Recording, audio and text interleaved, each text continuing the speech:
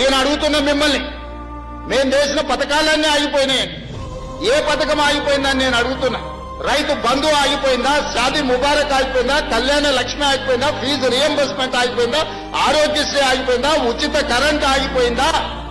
ఈ రాష్ట్రంలో ప్రజా పాలన ఎక్కడైనా ఆగిందా అని నేను అడుగుతున్నా.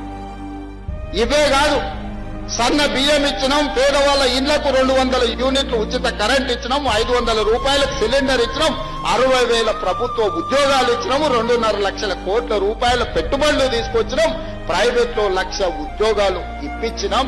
ఈ రోజు హైదరాబాదు నగరాన్ని విస్తరించడానికి అవసరమైన అభివృద్ధి కార్యక్రమాలను చేపడుతున్నాం. మా ఆడబిడ్డలకు ఆర్టీసీ బస్సులో ఉచితంగా ప్రయాణం రాష్ట్రంలో నలుమూలల అమ్మగారింటికి వెళ్లినా అమ్మవారిని దర్శించుకోవాలన్నా అనా పైసా ఖర్చు లేకుండా ఇయ్యాలి. మా ఆడబిడ్డలు ధైర్యంగా